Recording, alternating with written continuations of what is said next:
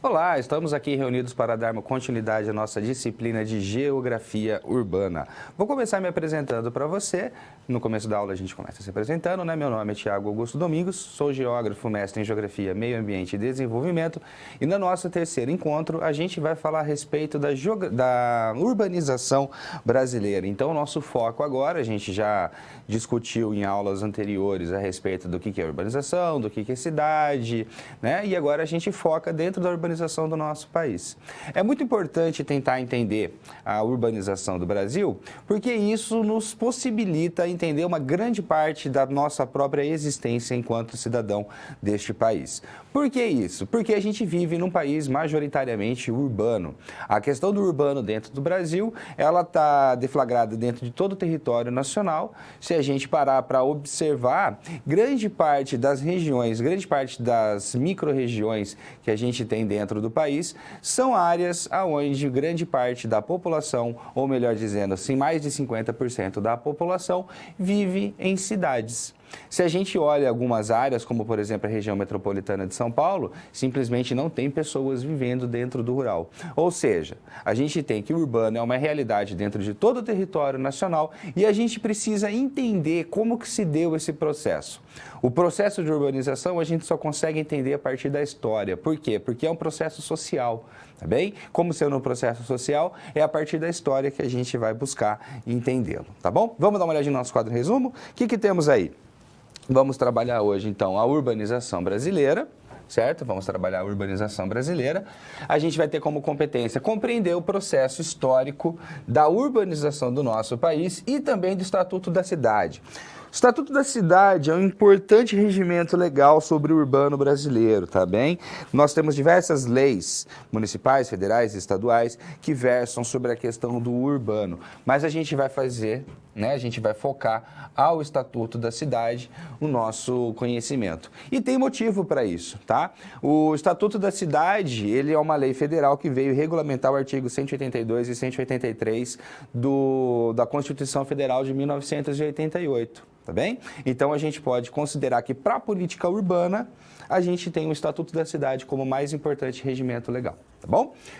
Vivemos em um país urbano e devemos compreender a sua complexidade e como realizar o planejamento e a gestão urbana. Falaremos a respeito de urbanização brasileira, de rede urbana, sobre metrópole, sobre o nosso querido amigo Estatuto da Cidade, tá certo? Então, já deu para entender alguma coisa, né? Que, por exemplo, o Estatuto da Cidade é um documento, é uma lei extremamente relevante para o planejamento das cidades brasileiras, tá certo? Então a gente vai buscar entendê-lo, a gente vai tentar entender como que se deu o processo de urbanização brasileira, que foi um processo muito rápido, tá? O Brasil se destaca, se a gente for fazer uma curva da urbanização dos países, a gente vai perceber que a urbanização do nosso país foi extremamente acelerada durante o século XX. Foi um pouco tardia em relação aos países da Europa, em relação aos Estados Unidos, entre os países que cedo se industrializaram, mas quando vem a industrialização dentro do Brasil, a gente tem todo um aparato social que vai fazer com que a gente tenha a urbanização sendo muito rápida. E sendo uma urbanização muito rápida, a gente tem ela também carregada de problemas, tá bem? Vamos dar uma olhada na contextualização da nossa aula. Certo, temos aqui então a história da urbanização brasileira para começar a nossa conversa, é desse ponto que a gente parte. Vamos buscar entender o que é a rede urbana e o que é a hierarquia urbana. Ambos estão atrelados, se você se recorda, quando a gente falou de Christaller, a gente falou a respeito de rede urbana, a gente falou a respeito de hierarquia urbana. Vamos falar a respeito de um conceito muito controverso hoje dentro do Brasil, que é o conceito de metrópole. A gente vai tentar entender o que é metrópole e diferenciar, tá? Buscar entender que não é a mesma coisa que região metropolitana, tá bem? Não são sinônimos metrópole e região metropolitana. Vamos falar de um fenômeno muito importante para a geografia, compreender o espaço urbano mundial, que é a metropolização, e vamos também falar a respeito do Estatuto da Cidade. Pois bem, é a partir desses conceitos que a gente passa a aumentar o nosso conhecimento sobre a geografia urbana.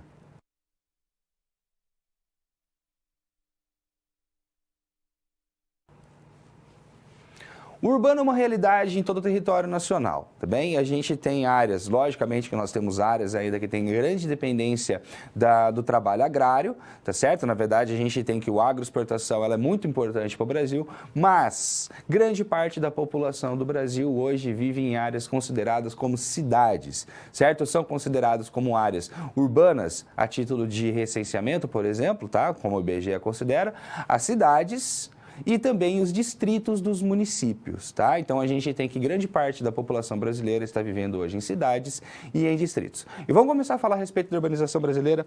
Ó, a urbanização pretérita que vai de a gente vai pegar uma faixa, né, de tempo aí de 1500 até 1900 para falar do início da nossa urbanização. Importante dizer que os núcleos portugueses foram instalados na colônia americana, que somos nós no caso aqui, a gente não está falando dos Estados Unidos, né, somos América, priorizaram faixa litorânea, com finalidade estratégica de garantir o domínio dessa porção e evitar invasão por outros povos colonizadores. Ou seja, os portugueses, eles tiveram como área prioritária para a construção das cidades, para a construção de vilas, a área litorânea. Isso devia-se por fatos militares, também havia necessidade de fazer a proteção do território que eles haviam recém-descobertos e também por questões econômicas. Era no litoral que estava, né, o pau-brasil, que foi o primeiro ciclo econômico que a gente pode colocar da nossa existência enquanto Brasil, certo? Então o pau-brasil, ele estava na faixa litorânea e esse pau-brasil não era extraído para abastecer o mercado interno, esse mercado interno era praticamente inexistente. Esse pau-brasil era utilizado para fazer o quê, né? Ser exportado. Então, que ele era exportado para onde? Ele era exportado para a Europa, então precisava do mar, o mar está no litoral, tá bem? Então, por isso estava ali. Tem outra, quando começa o processo de produção de cana-de-açúcar, tá? A produção do açúcar se dá também próximos às faixas litorâneas, porque esse açúcar também era destinado da Europa. Então, a gente tem o seguinte, o começo da colonização brasileira dá-se na faixa litorânea. As primeiras cidades brasileiras são construídas na faixa litorânea. Vamos voltar? Ó, o que temos aí? Vamos apagar aqui. Cidades sempre foram importantes no Brasil, tá? Desde o Brasil colônia. E Salvador comandou a primeira rede urbana das Américas. Por que as cidades foram importantes no Brasil desde o começo da colonização? Pelo seguinte, quando você olha a importância da cidade dentro do território, quando você olha o que a cidade representa para o território, era na cidade que toda a economia brasileira se efetivava. Como assim? Era na cidade que a gente tinha o comércio do açúcar, era na cidade que a gente tinha o comércio de escravos, era na cidade que a gente tinha o comércio de pau-brasil, tá? Além disso, as cidades brasileiras já eram, tá? Já eram como centros de poder. Era da cidade que saíam as decisões a respeito do gerenciamento do território. Eram das cidades que saíam, que tínhamos as cadeias, que tinham as câmaras municipais, tá bem? Eram nas cidades que a gente tinha o centro de poder, poder político, poder religioso, tudo isso estava centralizado na cidade. Então, mesmo quando a gente tinha uma ínfima população morando nas cidades, dentro da história brasileira, a cidade já tinha sua importância dentro do território. Vamos voltar? Ó, temos aí a urbanização. Além de tudo isso, a urbanização é um subprocesso fundamental na análise da dinâmica interna da formação econômico-social capitalista brasileira. Então, para a gente entender a formação econômico-social capitalista do nosso país, a urbanização se faz necessária, tá bom? Continuando. Até meados do século XVII, Portugal delegava aos donatários a função de criar vilas em suas capitanias e reservava-se apenas a função de criar cidades que serviriam como centros regionais de controle, certo? Então, as cidades eram colocadas como centro de controle desde o começo da colonização brasileira. Com o declínio da cana-de-açúcar, no final do século XVII, as bandeiras e a descoberta de minas de ouro e prata despertaram o interesse de Portugal, que passou a permitir a criação de cidades nas porções interiores da colônia. É importante a gente lembrar que a gente passou um período da nossa história, né, que a gente teve, junto com a Espanha, que teve a união do Reino de Espanha e de Portugal, certo? O Tratado de Tordesilhas passa a não fazer mais sentido, então Portugal já não obedece mais ao Tratado de Tordesilhas e a gente passa a avançar para o oeste dentro da colonização brasileira. Com a descoberta de ouro lá nas Minas Gerais, o que acontece? A gente tem uma migração maciça, certo? As bandeiras não eram criadoras de cidade, tá? Os bandeirantes não eram criadores de cidade. Poderiam criar vilas, poderiam criar cidades que serviriam de apoio para o trajeto das bandeiras, mas não era uma efetiva, como eu vou dizer, efetivamente urbanizadora. Mas a mineração foi. Por quê? Porque a mineração dependia de que as pessoas se fixassem dentro do território. Se fixando dentro do território, precisava de todo um comércio para abastecer aquela população. Então, a gente vai ter uma urbanização interior a partir do momento que a gente tem as bandeiras e a descoberta de ouro nas Minas Gerais. Vamos voltar lá no quadro? O que mais temos aqui, ó? Importantíssimo para a história do Brasil foi em 1808, quando a família real portuguesa foge das tropas de Napoleão para o Rio de Janeiro. E a cidade passa a sofrer diversas reformas baseadas na urbanização europeia, tá? Então a gente começa a ter diversos tipos de elementos dentro do urbano carioca trazidos pela família real portuguesa, como reformas higienistas. Rio de Janeiro e Santos, na virada do século XIX e do século XX, passa a ter reformas higienistas. A industrialização e a consolidação das relações capitalistas de trabalho e o mercado imobiliário, movido pela necessidade de morar dos trabalhadores, foi amplamente impulsionado, ou seja, quando a gente tem a industrialização e a industrialização ocorre na cidade, a gente passa a ter uma demanda por moradia, a gente passa a ter uma demanda por trabalhadores. Então, a indústria se torna um atrativo da população rural que vem para as cidades, tá? Então, a gente tem, assim, um breve panorama da urbanização brasileira da faixa de tempo entre 1500 e até os anos de 1900.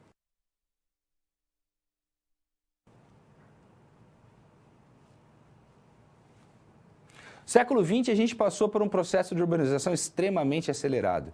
Se até o começo do século XX a cidade tinha uma quantidade muito ínfima de pessoas comparado à população geral do país, a partir do século XX, mais notadamente a partir da Segunda Guerra Mundial, a gente passa a ter um novo cenário sobre isso. Importante dizer o seguinte, mesmo na virada do século, tá bem? Mesmo na virada do século, quando a gente já estava ali falando de República Velha, a gente tem um imaginário sobre a cidade sendo desenvolvido, aonde a cidade era considerado como lugar moderno, tá? A cidade era o moderno em contraposição ao campo, que era o lugar arcaico. Então, dentro dessa contraposição cidade e campo, a cidade já parece ser um ponto de atrativo para a população rural. A população rural, de certa forma, passa a se deslocar para a cidade sonhando com as maravilhas do mundo moderno, mas ela descobre que esses sonhos, na verdade, são verdadeiros pesadelos, porque a cidade ela não estava preparada para receber esse contingente populacional, mesmo sendo pequeno no começo do século XX. Vamos dar uma olhadinha lá no quadro?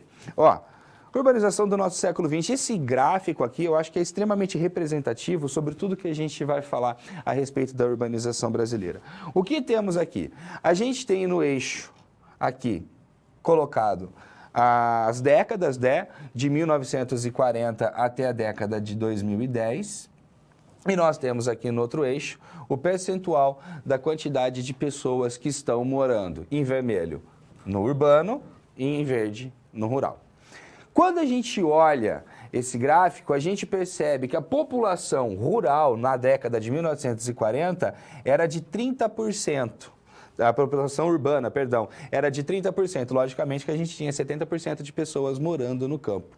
Quando a gente olha o final do gráfico, em 2010, a gente tem que quase 15%, por volta de 15%, é população rural. E onde a gente tem cerca de 85% das pessoas vivendo dentro das cidades, tá? Então, a gente teve uma inflexão da quantidade de pessoas morando no campo e morando na cidade. Se a gente traçar uma linha sobre o topo das barras, a gente percebe que há um momento onde elas se cruzam.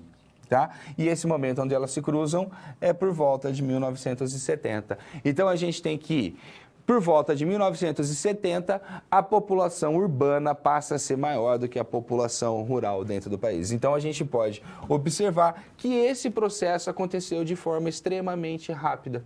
Tá? Foi extremamente rápido o processo de urbanização do Brasil. Enquanto outros países demoraram séculos para ter essa curva, tá? Para ter essa inversão de moradores entre o campo e a cidade, aqui no Brasil a gente demorou décadas, tá bem? E essas décadas que a gente demorou, logicamente, trouxe reflexos para a nossa cidade. Mas o que fez, tá? O que importa para nós agora é compreender o que fez com que esse fenômeno ocorresse. Muitas pessoas dizem foi o êxodo rural. Sim, o êxodo rural, logicamente, que participou, mas o êxodo rural talvez não seja suficiente para que a gente possa vir a entender como que isso aconteceu de maneira tão rápida. Então vamos dar uma olhadinha em alguns fatores? Ó, fatores que influenciaram a rápida urbanização do nosso país. Um deles não está colocado em ordem, tá? Não vou colocar um como mais importante do que o outro. Todos têm uma importância muito grande para que a gente possa vir a entender a urbanização do nosso país. Um fator muito importante é a industrialização. Por que a industrialização é muito importante?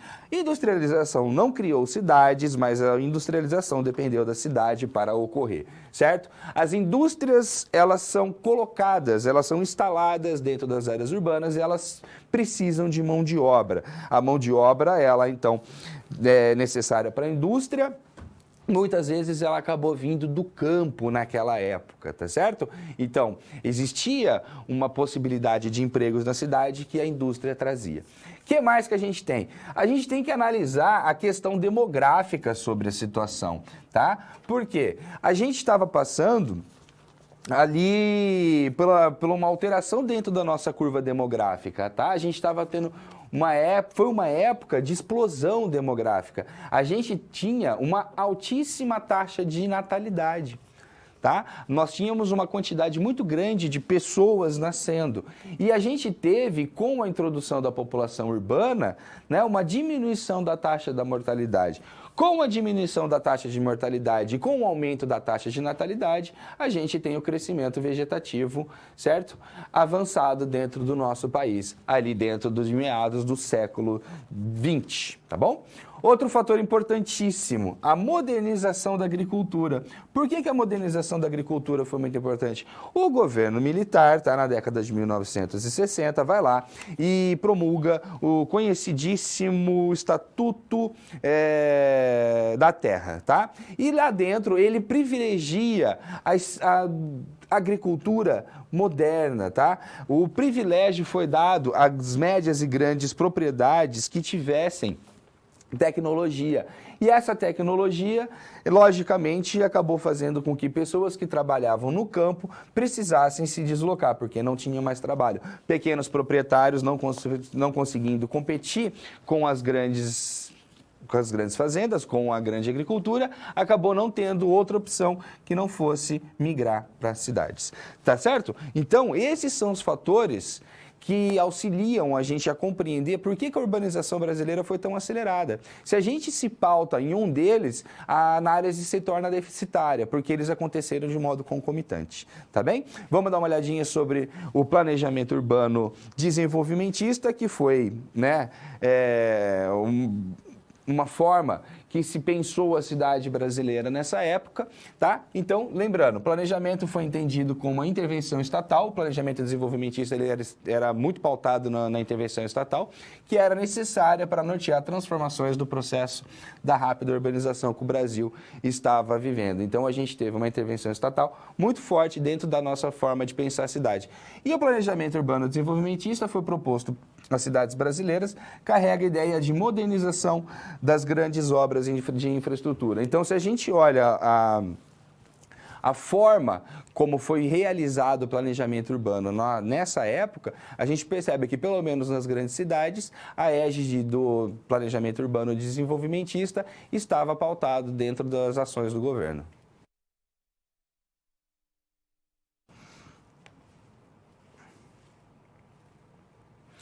partir do momento que a gente tem a instalação das cidades dentro do território, elas trocam informações entre elas. Existem fluxos de pessoas, existem fluxos de capitais, existem fluxos de mercadorias que se dão entre as cidades. Lembre-se que nenhuma cidade é autônoma dentro do território, tá bem? Todas elas são altamente dependentes uma das outras. Então, quando a gente tem a colocação da cidade do território, a construção da cidade do território, a gente tem as ligações entre essa cidade, automaticamente a gente tem a identificação da chamada rede urbana. Vamos dar uma olhadinha o que vem a ser? Rede urbana. Rede vem do latim reticulus, que significa conjunto de linhas entrelaçadas. E nas interseções dessas linhas a gente tem os nós. Portanto, a gente tem um nó aqui que a gente pode chamar de cidade A, ok? E a gente tem que ela se comunica com cidade B, ela se comunica com cidade C, ela se comunica com cidade D, ela se comunica com cidade E, por sua vez a cidade B se comunica com a cidade F, que se comunica com cidade G, que se comunica com cidade B, e a F comunica com C, e C comunica com G, e aí a gente tem a formação de uma rede, tá? Onde as cidades são os nós dessa rede. Então a gente tem que, na rede urbana, ela é um conjunto de centros funcionalmente articulados, são altamente articulados, e constitui-se em um reflexo social, resultado dos complexos e imutáveis processos engendrados por diversos agentes sociais. Quem escreveu isso foi um cara chamado Roberto Lobato Correia, tá? Então a gente tem que a rede urbana, ela não pode ser considerada, então, como algo que está jogado dentro do território. Existe um motivo da formação dela. A rede urbana, ela é reflexo e condição da divisão territorial do trabalho. Quando nós olhamos essa imagem, eu acho essa imagem muito ilustrativa sobre a rede urbana global, a gente consegue observar que as áreas luminosas são as áreas onde a rede urbana, ela é mais saliente, tá? Então, claramente a gente percebe que nas áreas mais ricas do planeta, como por exemplo Estados Unidos, como Europa, como Japão, olha como o Japão se torna iluminado, nós temos ainda bastante iluminação aqui na Índia, China, litoral brasileiro, tá certo? A gente consegue perceber a rede urbana global.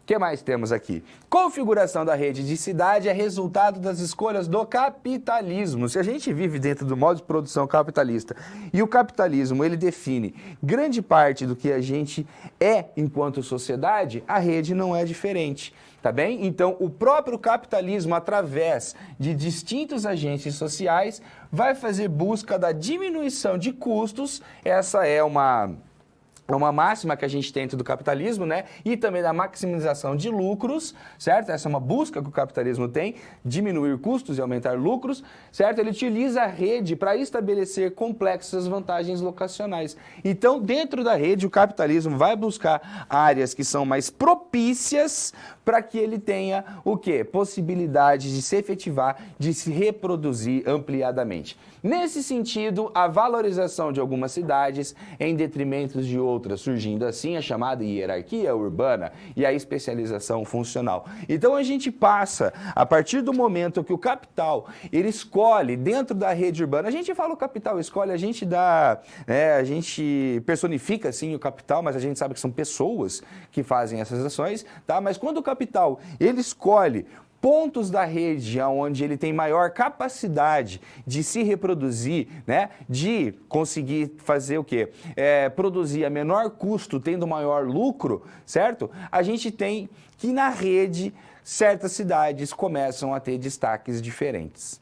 E dentro desses destaques diferentes, a gente tem uma questão hierárquica que é estabelecida entre as cidades. Esta questão hierárquica a gente chama de hierarquia urbana. Antigamente, tá? Era trabalhado esse esquema clássico aqui de hierarquia urbana, onde a gente tinha uma ligação da metrópole nacional com a metrópole regional, da metrópole regional com o centro regional, do centro regional com a cidade local e do centro local com a vila, tá bem? Então a gente tinha dessa forma aqui, o esquema clássico era assim que era entendido que se dava comunicação dentro da rede. Mas hoje isso é muito insuficiente, porque a gente percebe de maneira muito clara que as cidades se comunicam entre elas, tá? A metrópole nacional, por exemplo, como por exemplo São Paulo, que é a grande metrópole nacional, ela se comunica com toda a rede de cidades, tá bem? A metrópole regional, o centro regional, a cidade local e a vila,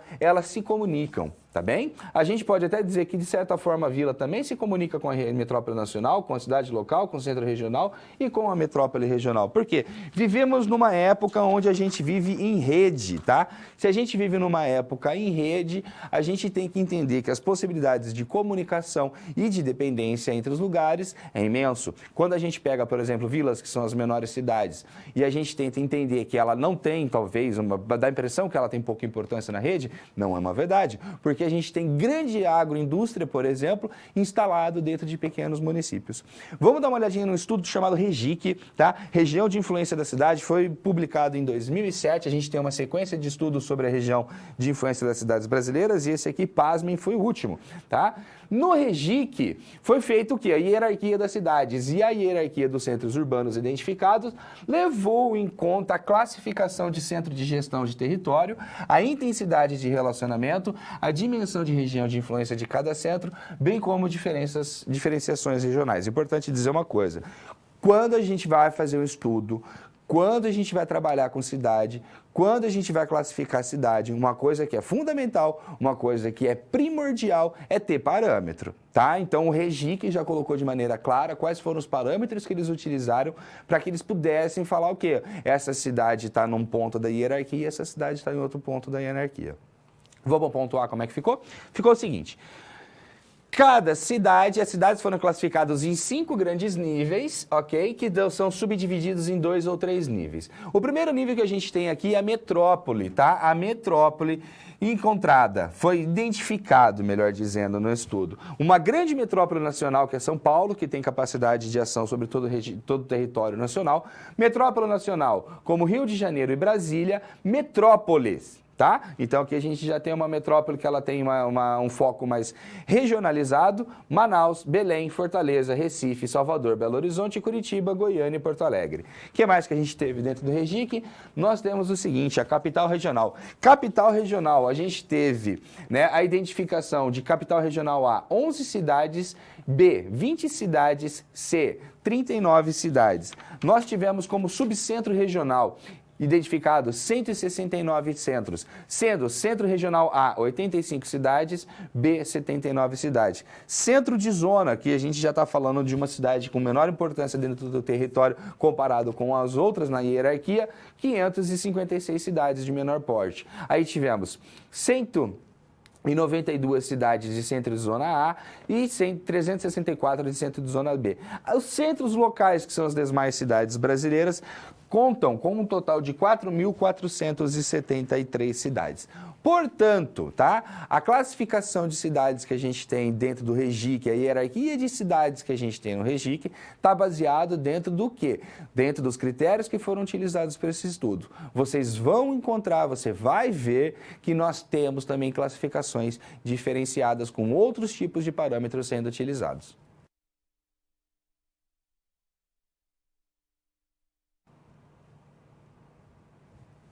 Vamos pensar um pouquinho a respeito da urbanização do nosso país? O que nós temos aqui para dar uma analisada? Ó, perguntinha. O Brasil passou por um rápido processo de urbanização no decorrer do século XX. Quais foram as consequências negativas sobre este processo? Ora, vamos analisar. O Brasil começa o século XX com uma característica extremamente agrária, né? A gente tinha uma concentração muito grande de população no campo e ele termina o século XX com uma característica extremamente urbana. A gente passa a ter uma quantidade muito grande de pessoas dentro da cidade. Fatores influenciaram, que foi a industrialização, que foi o crescimento demográfico brasileiro, tá? Que dentro das cidades foi muito maior do que no campo. Por quê? Porque nas cidades as pessoas chegavam fazendo bastante filho, tá bem? As pessoas tinham muito filho na cidade, só que as condições de higiene, as condições de saúde, acesso a hospitais, por exemplo, eram muito superiores àquilo que se tinha no campo. O resultado disso foi que a gente teve uma explosão demográfica. O que mais que a gente teve? A gente teve um processo dentro do campo que modernizou o campo, a gente teve a introdução de máquinas, a gente teve a utilização de fertilizantes químicos, de pesticidas, de um monte de agroquímicos, tá? Mais sementes melhoradas geneticamente, tá? Não estou falando exatamente de organismo geneticamente modificado, tá? Mas de seleção, certo? A gente teve esse tipo de semente sendo utilizado, o que acabou fazendo com que a mão de obra camponesa ela não fosse assim tão essencial, que acabou mudando para a cidade. Acontece que quando a cidade começa a receber esse grande contingente populacional, a cidade não está preparada para isso.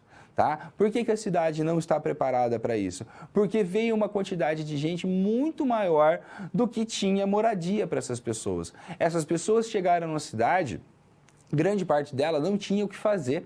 Tá? Não tinha trabalho para todo mundo. Sem trabalho para todo mundo, sem ter onde morar, essas populações foram fazer exatamente a única coisa que sobrou, que era ocupar determinadas áreas, certo? Mesmo que essas áreas fossem com muito pouca amenidades, né? Fossem áreas de risco, área com afloramento rochoso, área com declividade acentuada, área brejosa, as pessoas acabaram ocupando essas localidades, mangues, tá? E certo? As pessoas acabaram ocupando essas localidades por falta de possibilidade de morar em qualquer outro lugar. O resultado disso aí é que a gente criou cidades extremamente deficitárias.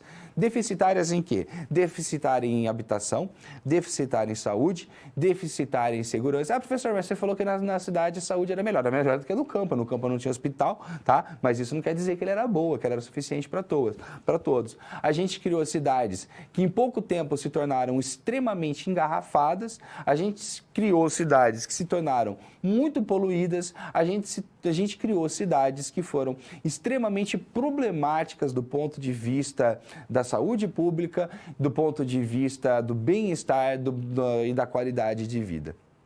Tá? Por isso que quando a gente olha cidades, as maiores cidades do Brasil, a gente pega São Paulo, a gente pega Rio de Janeiro, tá? E todas as outras metrópoles brasileiras também sofrem dos mesmos males. A gente pode pegar Porto Alegre, a gente pode pegar Manaus, a gente pode pegar Recife, a gente pode pegar Salvador. A gente observa que existe nessas cidades, na paisagem urbana, tá? Áreas onde as pessoas moram de maneira insalubre, tá? Elas moram de maneira extremamente delicada do ponto de vista da sociedade, tá? São áreas onde essas pessoas não têm acesso ao saneamento básico, tá? E isso reflete em toda a cidade, não por causa da parte estética, mas por causa da parte social que ali está colocada. Por quê? Devido a esse tipo de problema, a cidade acaba tendo diversos outros tipos de problema também, porque a insalubridade se passa para a cidade. Tá ok? Essas pessoas, elas demandam cuidados maiores por parte do Estado, já que elas não têm esses cuidados nas localidades onde elas moram, né? Suas casas são insalubres. Então, a gente acabou fazendo o quê? Com essa rápida urbanização que a gente teve do Brasil, não tivemos condições de receber esse contingente populacional dentro das áreas urbanas e a gente acabou criando cidades que a gente pode chamar de cidade do déficit, porque faltava tudo. Faltava área de lazer, faltava avenida, faltava moradia, faltava hospital, faltava escola. Não que hoje a gente tenha solucionado todos esses problemas, mas ali dentro da década de 70, década de 80, talvez esse processo se tornasse, né, muito mais aparente.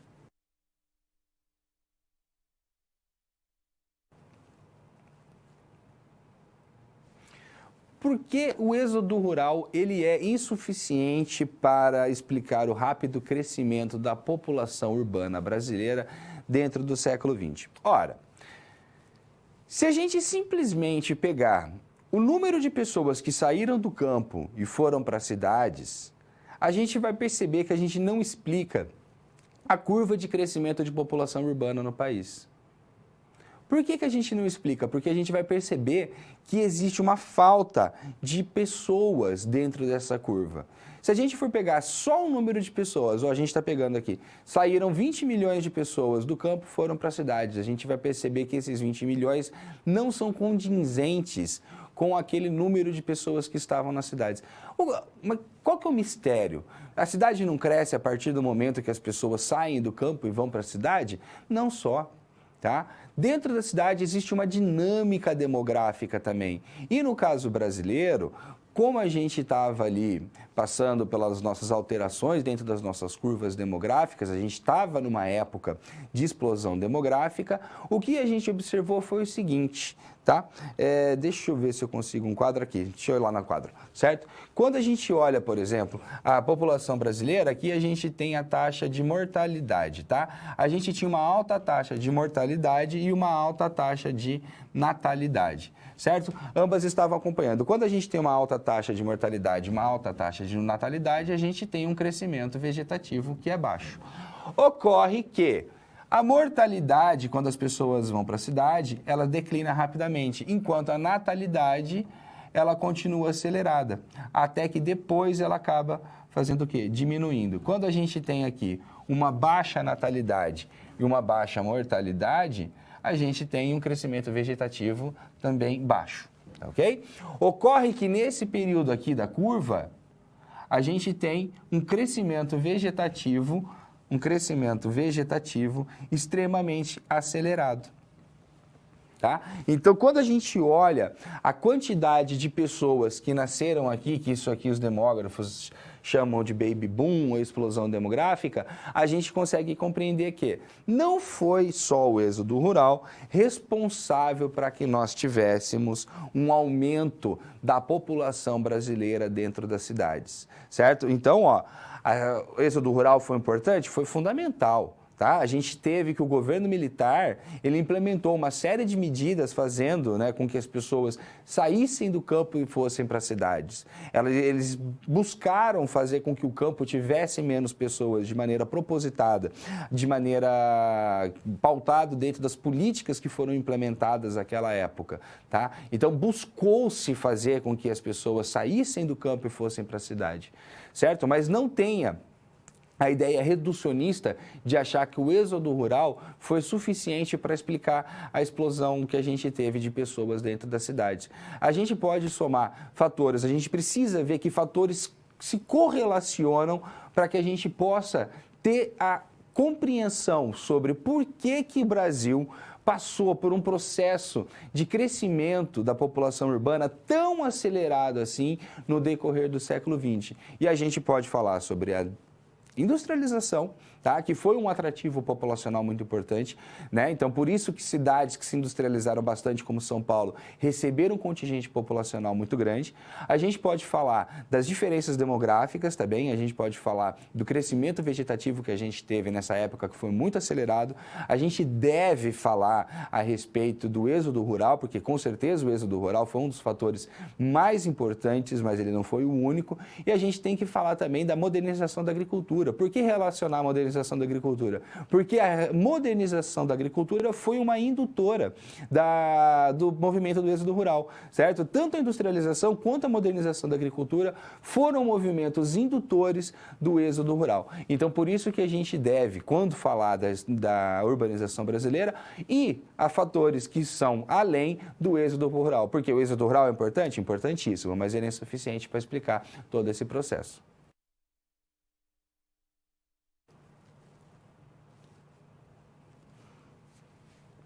A realidade urbana brasileira é extremamente complexa, nós temos diversas cidades importantes dentro da nossa rede de cidades e agora a gente passa a buscar entender um fenômeno que se dá no espaço extremamente importante para a compreensão da urbanização do final do século XX, principalmente no começo do século XXI, que é a chamada metropolização do espaço.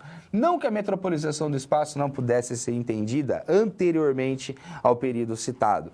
Contudo, é na época que a gente fala aí do final do século XX, começo do século XXI, que a metropolização do espaço, pelo menos no caso brasileiro, ok, se torna mais saliente. O que vem a ser a metropolização do espaço? Em primeiro lugar, vamos lá, metropolização, então a gente tem aqui ação de metropolizar, tá? A gente tem ação de criar metrópoles, não é bem assim. tá? É de imprimir características metropolitanas dentro do espaço, e a gente vai entender.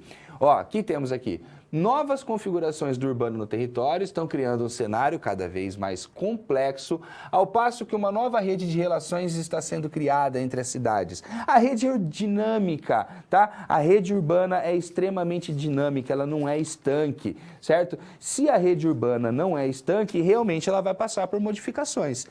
Metrópole, a palavra metrópole, tá? Quando a gente fala metrópole, nós estamos se referindo à cidade, certo? Toda metrópole é uma cidade. Só que a metropolização, ela vai além dos territórios da cidade, tá certo? A metropolização se dá em espaços além do espaço da cidade. Vamos ver o que a Sandra Lencioni tem a nos dizer sobre isso. Sandra Lencioni nos diz que o processo de metropolização do espaço não se restringe à região metropolitana. Não é exclusivo da metrópole e nem se confina mais nas fronteiras da região metropolitana. Ah, professor, que confuso, não é? Seguinte, quando a gente fala a respeito de metrópole, tá? Quando a gente está falando a respeito de região metropolitana, nós estamos falando a respeito de determinados espaços que são definidos com certos limites. Quando a gente fala de metropolização do espaço, a gente está falando de um fenômeno que cria características metropolitanas em espaços que às vezes vão além da metrópole, que vão além da região metropolitana. Então, áreas que estão passando pelo processo de metropolização não necessariamente são metrópoles, não necessariamente são regiões metropolitanas, não necessariamente ainda são cidades. Pode ser áreas entre cidades, ok? Vamos voltar no quadro? Seguinte, ó, então, imprime, é isso que é a nossa querida metropolização. Ela imprime características metropolitanas em áreas distantes das metrópoles. E essa passagem aqui, ela é muito importante para a compreensão. Por que essa passagem aqui é muito importante para a compreensão? Porque a metropolização é e também não é, ao mesmo tempo, uma continuidade do processo de urbanização. Ai, professor, que coisa maluca. Não, não é maluco. Dá uma olhada no que a Sandra Lencioni tem a nos dizer. Não se trata mais de criar cidades. Processo de metropolização não está falando da criação de cidades, mas sim de desenvolver a rede urbana ou a urbanização no seu restrito sentido. O que significa sentido restrito da nossa querida urbanização? Aumento da população urbana em relação à população rural, ou seja, aumentar a quantidade de pessoas que moram dentro das cidades. Ok? É aqui isso que ela está chamando de sentido restrito da urbanização, tá? Então, trata-se então de desenvolver condições metropolitanas que são imprescindíveis para a reprodução do capital, subvertendo toda a lógica urbana herdada e negando a cidade. O que significa esse monte de coisa? É o seguinte, o que vem a ser essa metropolização? Meu Deus, quem é essa metropolização? Pegue regiões como, por exemplo, o interior de São Paulo, onde você tem cidades consideradas cidades médias dentro da rede urbana, tá? Aonde não são metrópoles. Essas cidades não são metrópoles. Definitivamente não são metrópoles, são cidades médias, mas essas cidades passam a ter características metropolitanas, como, por exemplo, deslocamento pendular entre elas, tá bem? Isso é uma característica muito grande do quê? Da região metropolitana, mas a gente está vendo característica metropolitana longe da metrópole.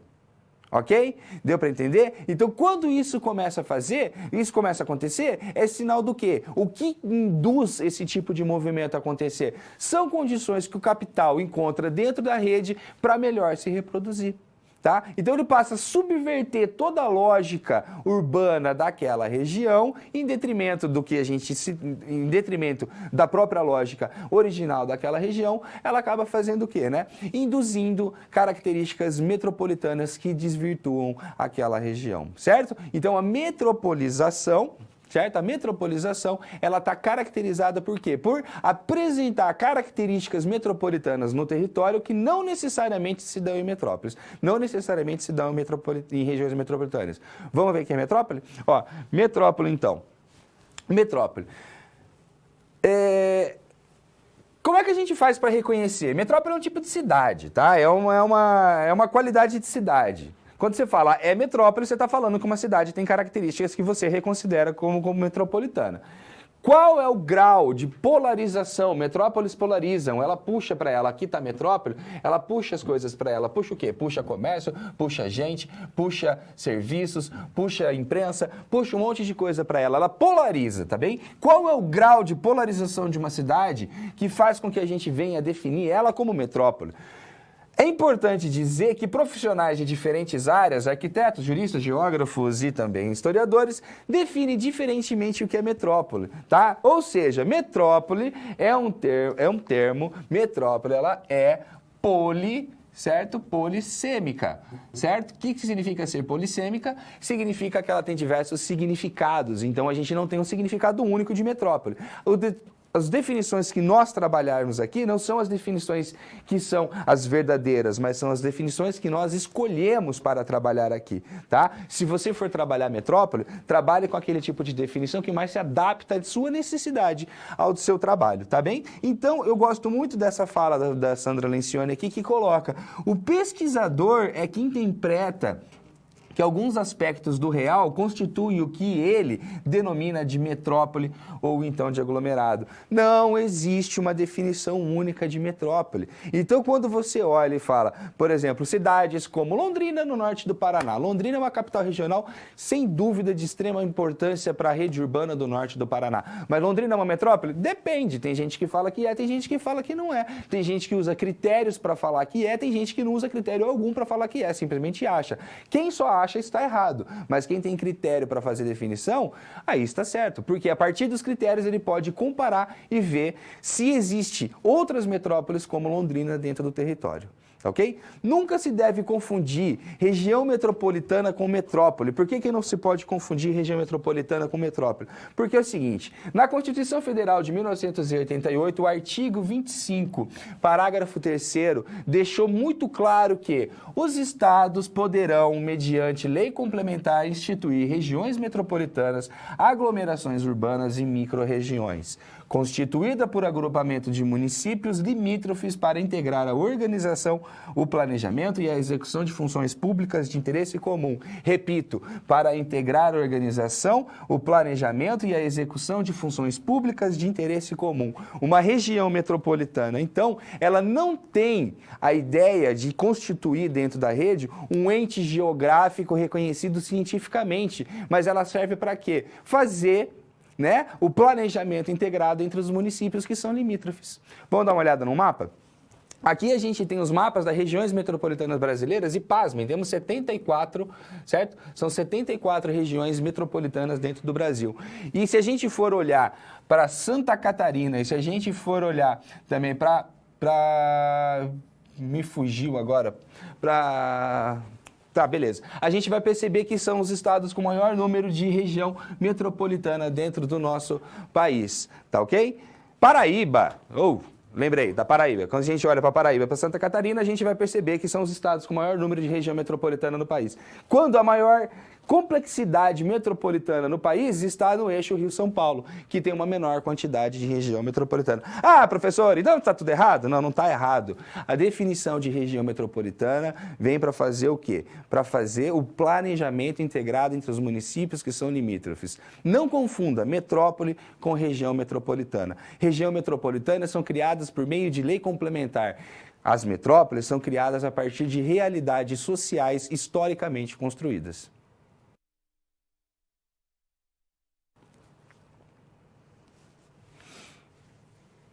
Estatuto da Cidade, Lei Federal 10.257, veio para fazer o quê? Ela veio para, em primeiro lugar, trabalhar o que tinha sido discutido já dentro da Constituição Federal de 1988, no seu artigo 182 e 183. Artigo 182 e 183, que trata da política urbana dentro da nossa Constituição Federal.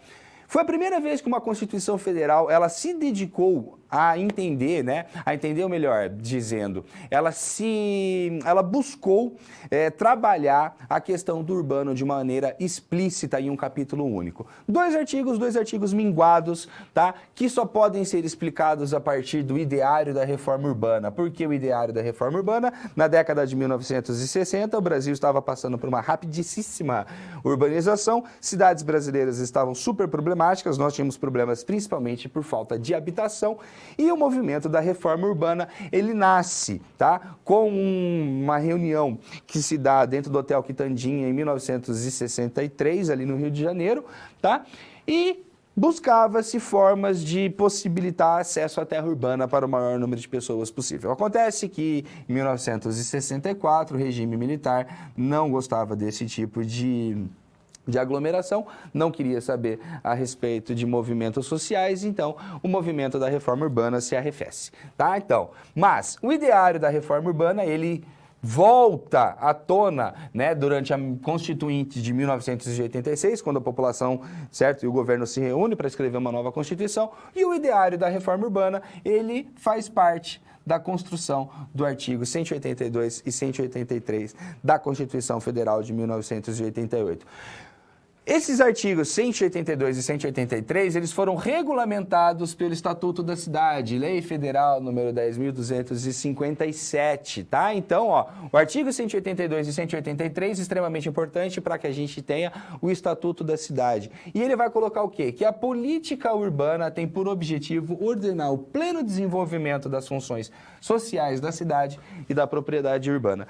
Fundamental entender o que vem a ser função social da cidade e da propriedade urbana. A gente tem o seguinte, grosso modo, tá?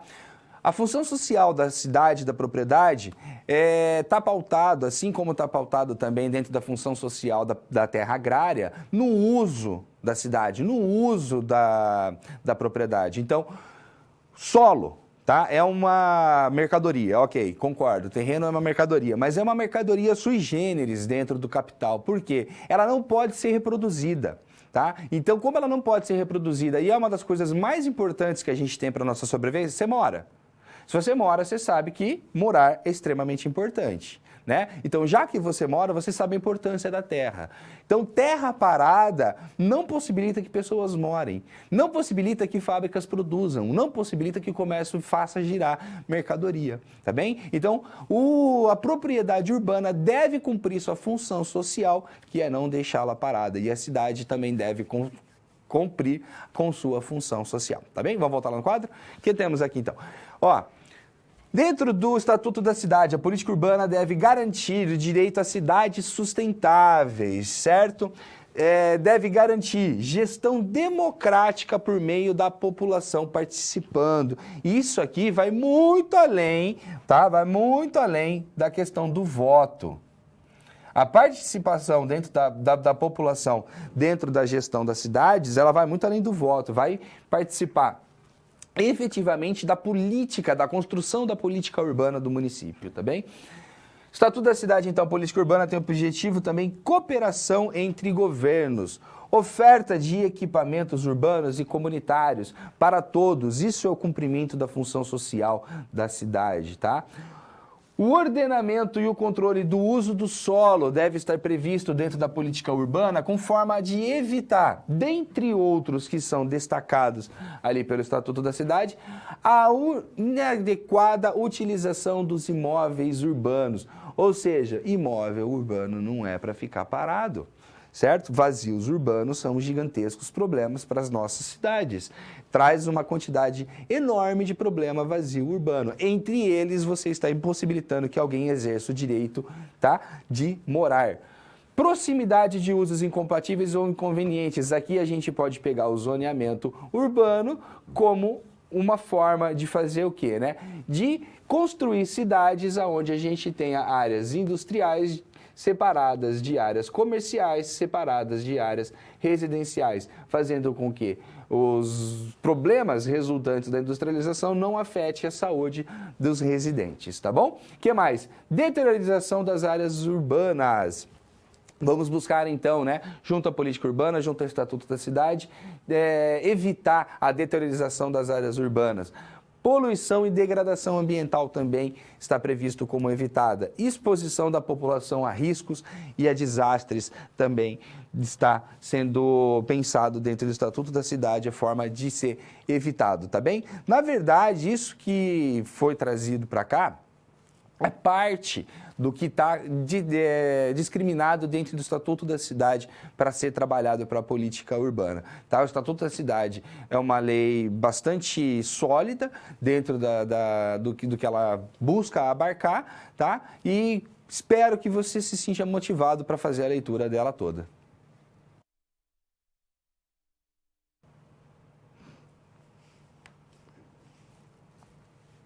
O Estatuto da Cidade traz uma série de instrumentos que devem ser utilizados para que a gente tenha a construção de cidades menos desiguais, para que a gente tenha o cumprimento da função social da cidade, tá bem? Dentre essa série de instrumentos, alguns já foram previstos dentro da Constituição Federal de 1988 e é por eles que a gente começa. Vamos dar uma olhada? Ó, na Constituição Federal de 1988, a gente já teve, certo? Que esses instrumentos aqui foram previstos. O que trata? Parcelamento, edificação e utilização compulsório, IPTU progressivo no tempo e desapropriação de pagamentos em título. Pausa para a gente falar sobre eles. É o seguinte: já foi previsto na Constituição Federal de 1988 esses instrumentos. O que acontece? Eles visam garantir a ocupação de terrenos vagos dentro da cidade. Então, quando você tem um terreno vago na cidade, o município, mediante a lei atrelada ou inserida dentro do plano diretor, deve comunicar, mediante uma notificação, que compulsoriamente o proprietário deve edificar, utilizar aquele terreno. Então, quem tiver com o terreno parado, subutilizado ou não utilizado, ele será notificado pelo poder público a fazer a ocupação desse terreno. Disso, a gente tem a PEUC, né? Parcelamento, edificação e utilização compulsório. Passados 5 anos da notificação não cumprida, o poder público municipal, mediante a lei constante no plano diretor, pode aplicar o chamado IPTU progressivo no tempo, tá? O Imposto Predial Territorial Urbano Progressivo no tempo, que consiste em quê? Aumentar a alíquota do IPTU até chegar a 15% do valor venal do próprio terreno, num prazo máximo de 5 anos novamente, forçando com que aquela pessoa utilize aquele terreno que está parado, que está subutilizado. Então, são 10 anos. Ó, 5 anos de PEUC, 5 anos de IPTU progressivo. Passaram-se 10 anos, aquele terreno não foi utilizado, o poder público pode entrar com um novo processo contra o proprietário, que diz respeito ao quê? A desapropriação com pagamento de título. Então, ó, não utilizou o terreno, a gente pediu para utilizar. PEUC, usa. Não usou. A gente foi lá, deu uma cutucada, ó, o IPTU está ficando mais caro. Vazar? Não usou. Então, a gente vai desapropriar o terreno que você vai ter o pagamento com o título da dívida, tá bom? Beleza? Isso já foi previsto na Constituição Federal e foi regulamentado dentro do Estatuto da Cidade. Vamos ver o que mais que a gente tem? Ó, a uso capião especial de imóvel urbano. A uso capião já havia sido prevista também na Constituição Federal de 1988, mas agora a gente tem a uso capião individual e a uso capião coletiva. Aquele que morar num terreno durante 5 anos ininterruptos, conseguir provar que viveu ali de forma mansa e pacífica, ou seja, não houve reivindicação de posse do proprietário do terreno, adquirirá o título desse terreno, contanto que não seja proprietário de nenhuma outra área, seja urbana, seja rural. E o título pode ser conferido ao homem, ou à mulher, ou a ambos.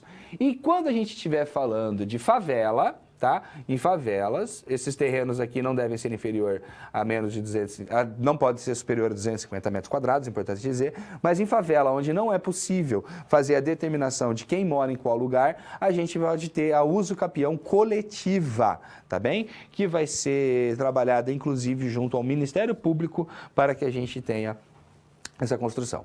Beleza? Tranquilo? Tá? Então, esses eram que estavam na CF 88. E é o seguinte, para garantir que haja ocupação de terreno, certo? O Estatuto da Cidade prevê alguns outros tipos de instrumentos também, como, por exemplo, o direito de superfície. O direito de superfície diz que você pode repassar a outrem a possibilidade de uso daquele terreno de forma onerosa ou de forma não onerosa. Então você fala, a Peu que me pegou, não quero usar meu terreno, eu vou passar para outra pessoa. Beleza, você pode, você usou, joinha, firmeza total, você pode continuar com o seu terreno sem correr o risco de PTU progressivo, sem correr o risco de desapropriação. Direito de preempção. O direito de preempção diz respeito ao quê? A possibilidade de compra, é isso que significa, tá? Possibilidade de compra. Então, compra de quem? Do poder público municipal. Então, o poder público municipal, mediante lei inserida no plano diretor, pode definir áreas para o direito de preempção. Que significa o quê? O poder público precisa daquela área para regularização fundiária, para construção de parque, para proteção de patrimônio ou o que for.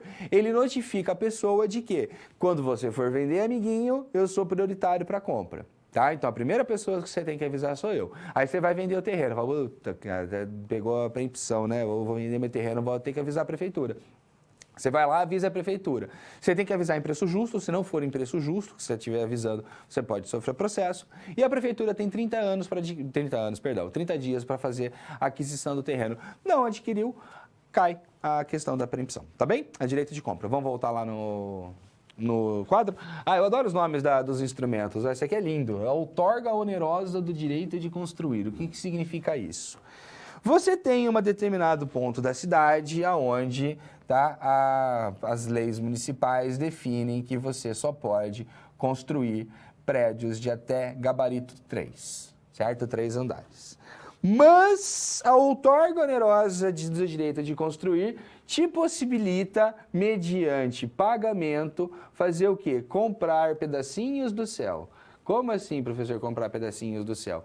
Você pode extrapolar o coeficiente que você tem em determinada área, tá? Como, por exemplo, aqui no caso que eu estou desenhando, mais 3, tá? Você pode chegar até 6 pavimentos aqui, mediante ao quê? Ao pagamento de um recurso para o município, tá certo? Então, ele é chamado de solo criado, porque isso aqui vai além do coeficiente que era permitido para a área, e você tem outorgado, autorizado, de maneira onerosa, pagando o direito de construir além do que estava sendo colocado ali pelas normas construtivas daquela região, tá? Operações urbanas consorciadas. As operações urbanas consorciadas, como é que eu vou dizer? Quando a gente tem a possibilidade de construir uma reformulação de parte da cidade mediante intervenção do poder público com também o poder privado. Isso foi utilizado já na cidade de São Paulo com certo sucesso, ali na região das Águas Espraiadas, mas com alguns problemas sociais também que uma hora a gente acaba discutindo. O que mais? Da transferência do direito de construir. Supondo que você tem um prédio, tá? Deixa eu apagar ali para desenhar mais prédio. Supondo que você tem um prédio, ok, que foi tombado pela prefeitura.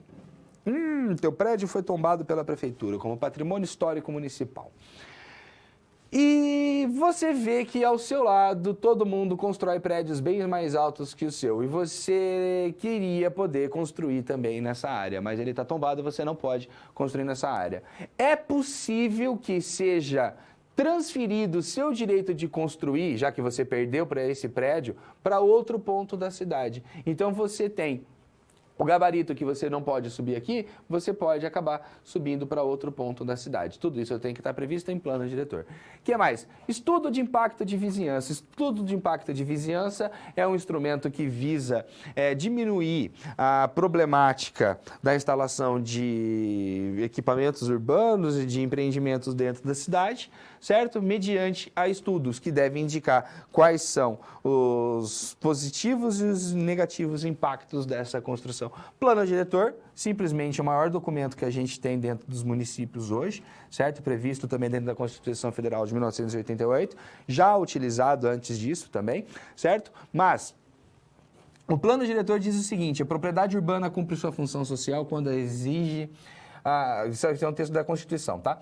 Quando atende às exigências fundamentais de ordenação das cidades que estão expressas no plano diretor. Então, é o plano diretor que vai definir efetivamente a forma de cumprimento da função social da propriedade urbana. Lembrando que o plano diretor deve ser construído conjuntamente entre sociedade e poder público, não podendo o poder público se apropriar do plano diretor. E gestão democrática da cidade. Então, a gente tem que, já foi previsto, a participação da população dentro da gestão da cidade. O Estatuto da Cidade tem esses instrumentos, tá certo? Convido você a se aprofundar no assunto, porque eles são extremamente importantes para o trabalho de planejamento e gestão das nossas cidades brasileiras.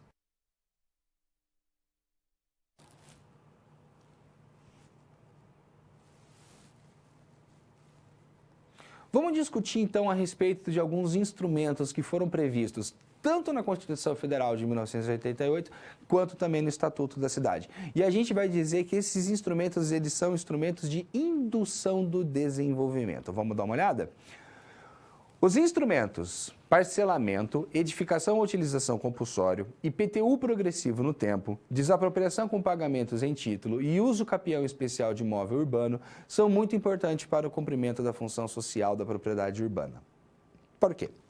Seguinte, quando olhamos para esses instrumentos, a gente tem que entender qual que é a intenção deles. São sequenciais. Em primeiro lugar, a gente tem que ter muito claro que são instrumentos sequenciais, certo? A PEUC, o parcelamento e edificação compulsório, o IPTU progressivo no tempo e a desapropriação, para que haja desapropriação, precisa haver o IPTU progressivo. Para que haja IPTU progressivo, precisa haver a PEUC, tá bem? Então, eles são sequenciais. São 3 instrumentos que foram colocados no Estatuto da Cidade e também dentro da nossa Constituição Federal de 1988, ou seja, legalmente a aplicação já se dá desde a promulgação da nossa Constituição Federal, tá? E eles visam fazer o quê? Fazer com que se ocupem terrenos que estão vagos dentro da cidade. Qual que é o problema de terreno vago da cidade? Professor, eu entendo que é o seguinte, eu sou proprietário de 7 terrenos na cidade, o terreno é meu, eu faço dele o que eu quiser. Não é assim, tá? Não é assim. Legalmente não é assim.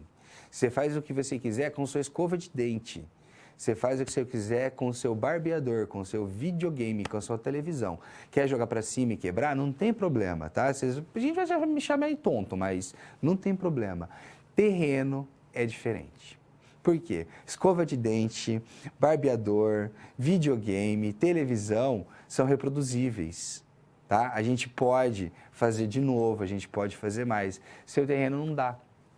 Tá? Dentro do capitalismo, então a gente pode assumir que a propriedade ela é sui generis, porque ela não pode ser reproduzida.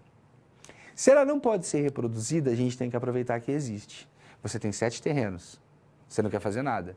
Porque você considera que você é proprietário e você faz dele o que você quiser. Então, a sociedade não acha isso, o governo não acha isso, e o governo dispõe de instrumentos para fazer com que você cumpra a função social desses seus 7 terrenos existentes da cidade.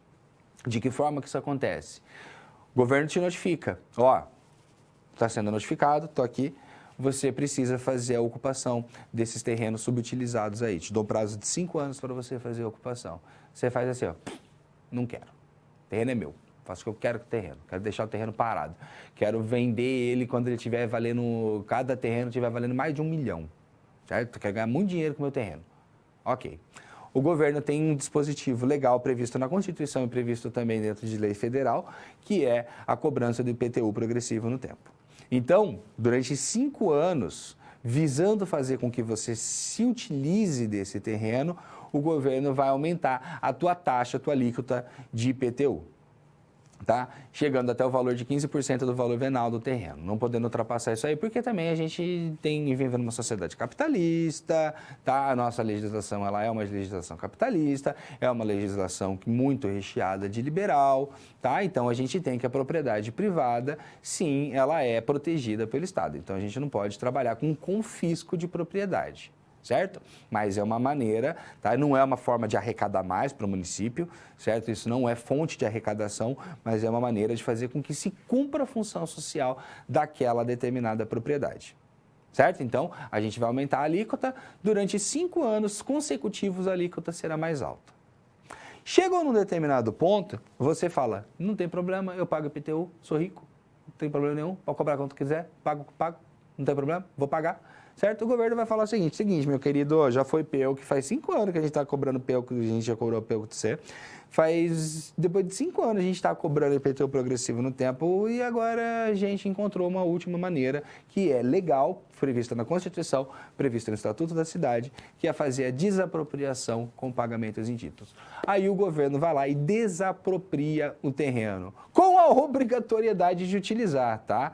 Ok? Ele não pode desapropriar para deixar o terreno parado também, porque seria no mínimo bizarro, né? Você passar 10 anos forçando uma pessoa a fazer a utilização do terreno, você vai lá, você desapropria e você não usa, tá? Então, o município ele é obrigado a fazer a utilização desse terreno. Quem sabe até encaminhar para leilão para fazer a utilização desse terreno, mas ele é obrigado a dar um uso desse terreno. Então, quando a gente fala de PEUC, IPTU progressivo e de desapropriação com pagamento em títulos, a gente está falando de instrumento que vem para fazer o quê? Para obrigar, né, o cumprimento da função social da propriedade dentro da cidade, tá certo? Por que é importante o cumprimento da função social da cidade? Porque terreno, certo, não pode ser reproduzido, são mercadorias únicas dentro do capitalismo.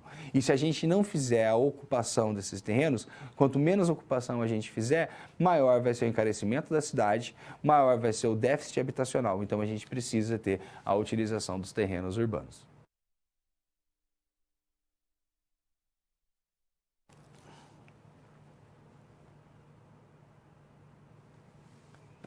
Como a gestão urbana pode ser democrática? Ó, democracia é uma palavra meio surrada ultimamente, né? Talvez muito mal utilizada por determinadas pessoas, por determinados interesses. Mas o que a gente tem é o seguinte, quando a gente fala de gestão democrática da cidade, em primeiro lugar, a gente não está falando de voto. Se acostumou trabalhar que democracia é sinônimo de votar. Exerço o meu direito democrático quando eu voto. Então, peraí, você consegue ser democrático quanto tempo a cada 4 anos? Você vai votar a eleição municipal, a estadual e a federal. Você vai apertar os botõezinhos da urna durante quanto tempo em 4 anos? Se você souber muito bem qual candidato e não errar, talvez você demore 45 segundos nas 2 eleições somadas para fazer sua votação. Então, quer dizer que você tem a responsabilidade democrática em 45 segundos a cada 4 anos. Quando a gente fala de gestão democrática, a gente está falando de uma possibilidade, tá, legal, tá, instituída por lei, de fazer com que a população participe. A gente está falando dos direitos que a população tem de participar da gestão da cidade. Uma observação a ser feita, tá? A gente pode dizer que essa gestão democrática se dá para a população de, como é que eu vou dizer, população em amplo sentido, principalmente a população de baixa renda, porque a população rica sempre participou da gestão da cidade, tá bem? A população rica sempre teve lobby dentro das câmaras de vereadores, a população rica sempre teve poder de decisão da cidade. Então, a gente está falando das pessoas que não tinham essa possibilidade, então. E como que se efetiva o trabalho, né, da gestão democrática da cidade? Está previsto no Estatuto da Cidade, no artigo 43, que isso pode se dar mediante a órgão colegiado, debates, audiências e consultas públicas, conferências, iniciativa popular, de plano de projeto de lei, planos, programas e qualquer tipo de projeto. Ou seja, foi colocado dentro do Estatuto da Cidade, no artigo 43, que as pessoas têm o direito de apresentar projeto de lei, tá? Isso depende de uma série de regras, não é você redige uma lei assim na tua casa, você vai lá e entrega na Câmara de Vereadores e eles aprovam. Não é bem assim que funciona, tá? Você precisa de um número de assinaturas para isso entrar em votação dentro da Câmara, vai ser analisado pelo Executivo e pelo Legislativo. Mas você pode se organizar mediante órgãos colegiados, como, por exemplo, conselhos municipais, tá? Provavelmente seu município deva ter um conselho. Procure saber, mas é capaz de ter conselho de saúde, conselho social, conselho ambiental, conselho urbanístico, tá? Conselho de cidade, o que for. Ele pode vir a ter esse tipo de conselho, onde você pode participar e, inclusive, tá, dependendo do conselho, atua-se de uma maneira muito próxima daquela do poder público, tá? Como que se atua de maneira muito próxima ao poder público? Analisando projetos do poder público, propondo projetos, propondo resoluções, propondo regulamentações, tá certo? Isso pode colocar. Debates, audiências e consultas públicas, elas são essenciais, principalmente quando a gente fala da construção do plano diretor, tá? O plano diretor, ele deve estar precedido de uma quantidade imensa de audiências, onde sejam explicados para toda a população do município, área urbana e área rural, tá? Quais são as intenções do município para os próximos 10 anos, que lá constará em lei. E dentro das audiências é hora de que a população tenha a possibilidade de fazer o quê? De opinar sobre concordância, sobre discordância, sobre suas intenções, sobre suas vontades, para reclamar do seu bairro, para reclamar da administração pública e fazer com que isso talvez vire lei, tá bem? Iniciativa popular de apresentação de planos e de projetos, você pode elaborar e encaminhar até o prefeito também. O que mais que nós temos? A gente tem previsto também no Estatuto da Cidade o chamado orçamento participativo. O que vem a ser o orçamento participativo? É uma possibilidade que a população local tem de interferir nos gastos públicos. De que forma? Parte do orçamento municipal fica reservado para que a população venha escolher como é que vai fazer o gasto disso aí. Então, quando a gente fala de gestão democrática da cidade, por favor, não vamos pensar simplesmente na questão do voto. Voto é uma parte da democracia, tá? Talvez uma parte muito cômoda, onde você outorga a sua liberdade de decisão para uma certa pessoa que você imagina que pensa próxima a você. Aí, às vezes, você descobre que essa pessoa nem pensa nada próximo a você, tá? Então, o voto é sempre muito insuficiente para que a gente possa falar de democracia. É uma parte essencial da democracia, mas é extremamente insuficiente, tá? Vamos pensar numa democracia que seja mais direta. Recapitulando o que a gente viu então, tá? O que a gente viu? A gente falou sobre bastante coisa, começando então a pontuar aqui. Nós falamos a respeito da urbanização do nosso país, uma urbanização extremamente acelerada ali no século XX, que resultou em cidades problemáticas, tá? Porque as cidades não deram conta de abarcar o contingente populacional que veio. Falamos a respeito da rede urbana, né, de como se dá a formação de rede urbana, como as cidades estão interligadas, qual a importância disso tudo, como que o capital acaba hierarquizando a cidade dentro da rede. Falamos que a metrópole é um tipo de cidade, a identificação da metrópole depende da capacidade de análise do pesquisador, tá? Não existe uma definição única de metrópole. Falamos a respeito desse fenômeno que se dá dentro do espaço urbano, dentro do espaço, tá? Porque ele pode se dar fora do urbano, que é a metropolização que vai imprimindo características metropolitanas dentro do território, em áreas às vezes distantes da metrópole. E nós temos também, né, a gente falamos a respeito do Estatuto da Cidade, Lei Federal 10.257 de 2001, que veio para regulamentar os artigos 182 e 183 da Constituição Federal de 1988. O urbano brasileiro é extremamente amplo a ser falado, tá? Nós temos uma série de temas que podem ser abordados sobre o urbano brasileiro. Por que a gente tem tudo isso? Em primeiro lugar, porque a gente tem um urbano complexo. Em segundo lugar, porque a gente tem uma produção acadêmica sobre o urbano brasileiro que é fantástico. Tá?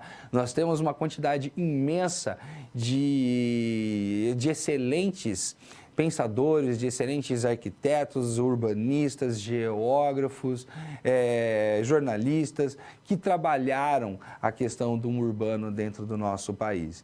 Então, a gente tem um privilégio de poder... Sociólogos também, não podemos esquecer do trabalho de sociólogos, antropólogos urbanos também, que a gente tem dentro do país.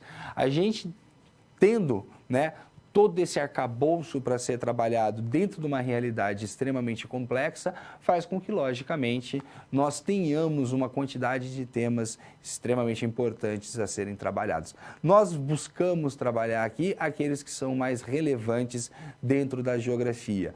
Tentamos trabalhar com temas que sejam voltados para o ensino de geografia dentro da educação básica, tá? Quando você estiver trabalhando como professor, como professora de geografia, né, esses temas podem vir à tona dentro do que vai ser discutido. Talvez a questão do Estatuto da Cidade, eu não me recordo de ter visto especificamente os instrumentos do Estatuto da Cidade de uma forma clara em nenhum livro didático, mas eu acho que é extremamente relevante que a gente venha a entender como que a legislação brasileira pensa sobre a cidade brasileira. O que ela pensa sobre a cidade brasileira? O que ela traz de possibilidade de ação? Por que ela tem esse tipo de instrumento? O que esse tipo de instrumento é capaz de fazer com o espaço urbano das cidades brasileiras? Tá? Então, quando a gente passa a olhar o Estatuto da Cidade, a gente entende muito mais sobre o que é o urbano do Brasil. A gente consegue entender que existem problemas dentro da cidade que estão previstas dentro de uma legislação de nível federal, que pode ser aplicada em todo o território nacional, e que isso demonstra para a gente o que é problema e o que é solução dentro do nosso território nacional, tá ok? Espero que essas palavras tenham sido interessantes, tenham sido importantes para a sua formação e a gente se vê numa próxima oportunidade. Um forte abraço.